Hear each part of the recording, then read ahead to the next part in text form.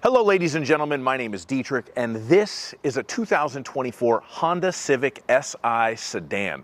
This is the 9th generation of the Honda Civic Si, the sportier, more fun to drive version of Honda's basic compact economy car. But for this 9th generation, at least in the US market where I am, there has been another car looming in the background of this vehicle, both figuratively and in this case, literally, the Acura Integra A-Spec Tech. Honda brought that back for the 2023 model year, so they kind of nerfed the Si. They took away the adaptive dampers that the last generation had. You can only get this one as a sedan body style. It's not available as a hatchback. You have to go to the Integra to get one of those. I will say right up top, that is my personal vehicle right there, and I am a big fan of it. But today we're going to review the Civic Si and see if it's worth your time and potentially saving quite a few $1,000s over an Acura Integra A-Spec Tech. We are going to look at the engine and transmission, we'll look at the styling, we will measure out the trunk space, look at the passenger room, and have a look at the interior features and the safety features.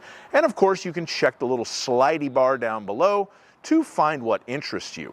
So this being a Civic Si, we will start by looking under the hood, talk about the powertrain and the performance attributes of the vehicle. What you are looking at here is the 1.5-liter turbocharged Honda inline 4-cylinder engine.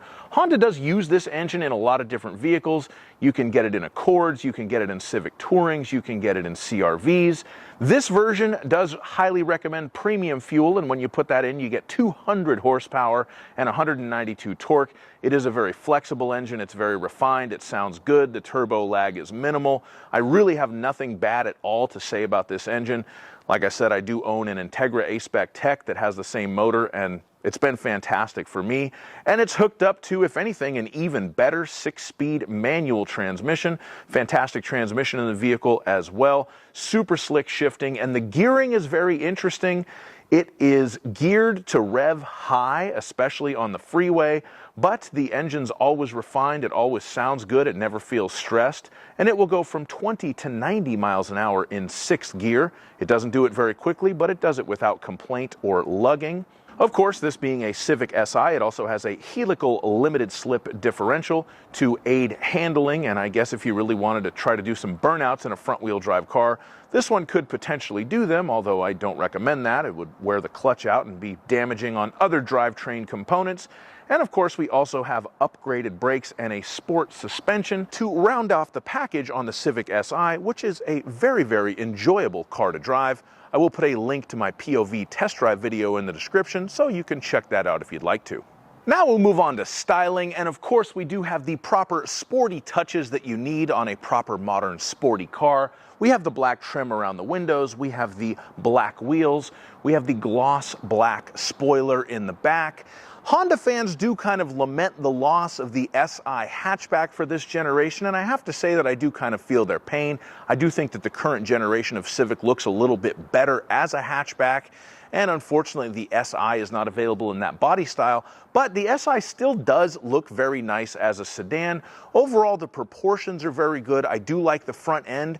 It's a little bit more mature and grown up than maybe I would expect from a Civic. That's the only way I can put it.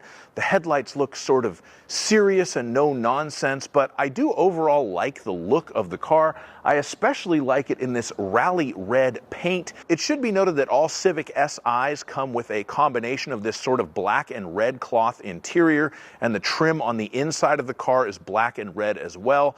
So when you get it in rally red, it really kind of sets everything off. You have the black accents on the exterior of the vehicle with the red paint, and then the red bits on the interior trim, and it all really kind of matches and goes together. Unfortunately, regardless of your exterior paint color, the interior is always red, which can provide some nice contrast for some of the other colors that are available. But if I were going to buy one of these, I would definitely want rally red so that everything matched up. Now we're going to measure out the cargo space, so let's pop the trunk, get the laser tape measure, and do just that.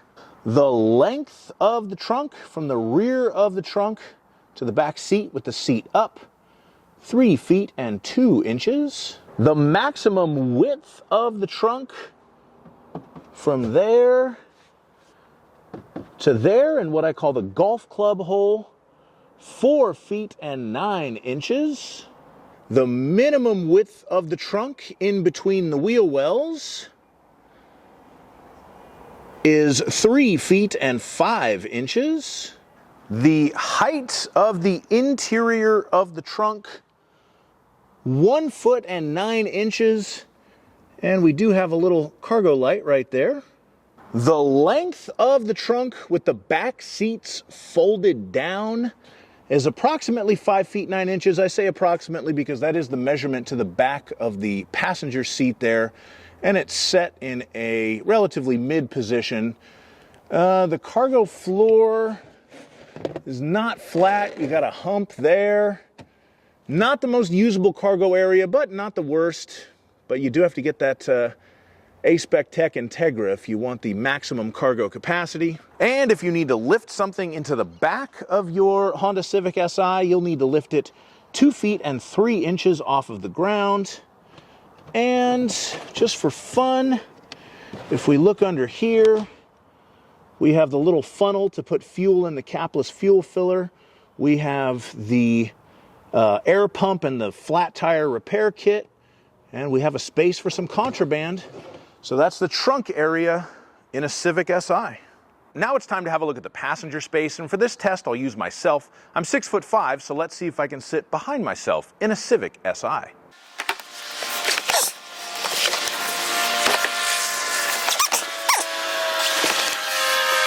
Okay, so the answer to this question is almost.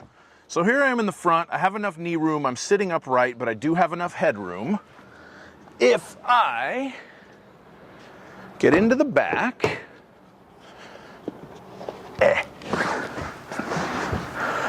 I do have enough headroom. I do not, my knees are kind of up against the seat, but I could ride back here for a little while. It's not horrible. It should be noted we have nothing for the backseat passengers, no charging ports, no air vents, but there is the interior of the Civic Si. Now we're going to move into the interior of the Civic Si and talk about the features in here, and this isn't really going to take too long. The first thing you'll notice when you get in is you do have a 9-inch infotainment touchscreen. That does include AM, FM, and satellite radio. You also get a 12-speaker Bose stereo system, which is very good and a nice standard feature to have. Wireless Apple CarPlay and Android Auto is standard as well, and of course that goes through the 9-inch infotainment touchscreen. We have single zone automatic climate control, so it is automatic climate control, but you can't set separate temperatures for the driver and the passenger. And you have a partially digital gauge cluster that allows you to look at a boost gauge and what you're doing with your gas pedal and your brake pedal, and a G meter and some other stuff like that. And other than that, there isn't really a whole lot of other equipment in here. Of course, you have power mirrors, windows, and locks. You have push button start. You don't get USB-C fast charging, you don't get wireless device charging, you don't get heated front seats, you don't get a moonroof, and you don't even get the ability to select these as options because Honda pretty much just builds the car one way. The only potential options that you can get on it are the platinum white or sonic gray paint for $455. Other than that, it's just little accessories and stuff. I would say that the equipment level in here is where it needs to be just for what this car is and what it costs, but doesn't represent a fantastic value. The value is when you drive it. Now we are going to move on to the safety features in the vehicle, and we do have Honda Sensing as standard on this car. So what that means is we do have the collision mitigation braking. So we have the forward collision alert and the emergency braking. We have the road departure mitigation system, that is the lane keeping system. You have blind spot monitoring with rear cross traffic alert. And we do have adaptive cruise control, even with a manual transmission. And it does work at speeds of 20 miles per hour or above.